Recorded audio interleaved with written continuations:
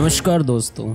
Wolfgang Amadeus Mozart का जन्म 27 जनवरी 1756 को ऑस्ट्रिया के सेल्सबर्ग में हुआ था। उनके पिता लेपोल्ड मोजार्ट एक फेमस म्यूजिशियन थे और वायलिन सिखाने की बुक के फेमस राइटर थे। लेपोल्ड और उनकी पत्नी एना मारिया अपने बच्चों को म्यूजिक के महत्व को समझने पर जोर देते थे। अपनी बहन नैनार्ल के साथ मोजार्ट को इतनी डीप म्यूजिक की शिक्षा मिली कि 6 साल की उम्र तक वह म्यूजिशियन के रूप में उभरने लगे और एक बेहतरीन कीबोर्ड परफॉर्मर बन गए। 1762 में लेपोल्ड ने अपने बेटे को वियना के इंपेरियल कोर्ट में एक परफॉर्मर के रूप में प्रेजेंट किया। 1763 से 66 तक वह लगातार अपने बच्चों को अपने साथ यूरोप में होने वाले म्यूजिकल टूर पर ले गए। इसमें फ्रेंच और इंग्लिश रॉयल फैमिलीज के सामने परफॉर्मेंस किए। उस समय एक कीबोर्ड परफॉर्मर के रूप में मोजार्ट सबसे ज्यादा फेमस चाइल्ड जीनियस थे। उन्होंने एक म्यूजिशियन और एक अरेंजर के रूप में अपनी गहरी छाप छोड़ दी। लंदन में उन्हें म्यूजिशियन जोहान क्रिश्चियन बाक से काफी प्रशंसा मिली और पूरे यूरोप में बहुत छोटी उम्र में ही उनका म्यूजिक के वेरियस जॉनर्स से इंट्रोडक्शन हुआ।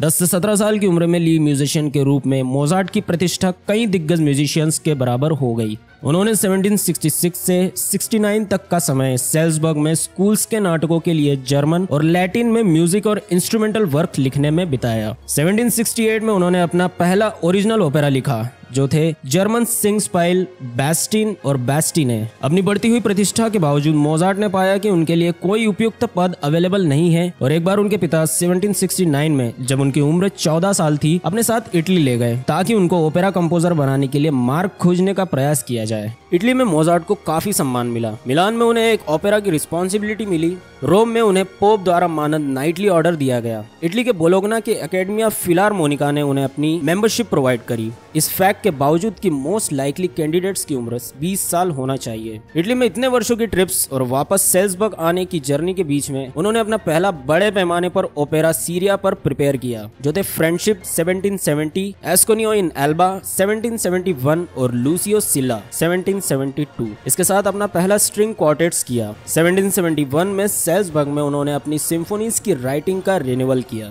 पेरिस मोजार्ट की एबिलिटी के लिए एक बड़ा मंच था। उनके पिता ने उन्हें वहां जाने के लिए इंस्पायर किया ताकि पेरिस से उस व्यक्ति की प्रसिद्धि जो ग्रेट टैलेंट का धनी है सारे वर्ल्ड में गूंजे। लेकिन पेरिस में 9 कठिन महीने बिताने के बाद मोजार्ट एक बार फिर वापस सेल्सबर्ग आ गए। अपने पैर जमाने में डिसेबल होने के कारण उन्हें किसी ओपेरा में काम नहीं दिया। कुछ छोटे मोटे म्यूजिक से जुड़े कामों के अलावा वह पैसा कमाने के लिए म्यूजिक की शिक्षा देने लगे। मोजार्ट ने जो 10 साल जो थे 25 साल की उम्र से 35 साल अपनी मृत्यु तक म्यूजिक के लिए किया, वह इतनी कम ड्यूरेशन में म्यूजिक के ग्रेटेस्ट डेवलपमेंट्स में से एक था। इन 10 सालों में मोजार्ट का म्यूजिक बड़ी तेजी से विकसित हुआ। इस काल में जो मेजर इंस्ट्रूमेंटल वर्क हुए उसने मोजार्ट की पूर्वी में की गई एक्टिविटीज के सभी एरियाज को एक साथ ला दिया और कुछ बिल्कुल नई सिम्फोनियां जिनमें फेमस लास्ट 3 जो हैं ई फ्लैट मेजर में नंबर 39, जी माइनर में नंबर 40 और सी मेजर में नंबर 41।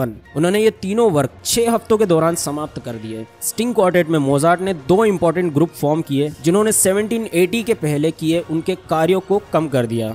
1785 में उन्होंने क्वार्टेट्स और 1786 में इसमें एक सिंगल हॉफमाइस्टर क्वार्टेट जोड़ा गया। 1789 में उन्होंने लास्ट 3 क्वार्टेट्स लिखे जो पर्सिया के सम्राट फ्रेडरिक विलियम को डेडिकेटेड थे। वह स्वयं एक फेमस सोलोइस्ट थे। 5 दिसंबर 1791 को इस ग्रेट म्यूजिशियन की मात्र 35 साल की उम्र में ऑस्ट्रिया के वियना में डेथ हो गई। दोस्तों आज के लिए इतना ही। अगर कंटेंट अच्छा लगा हो तो इसे लाइक करें और नए हो तो चैनल को सब्सक्राइब कर दें। Thank you.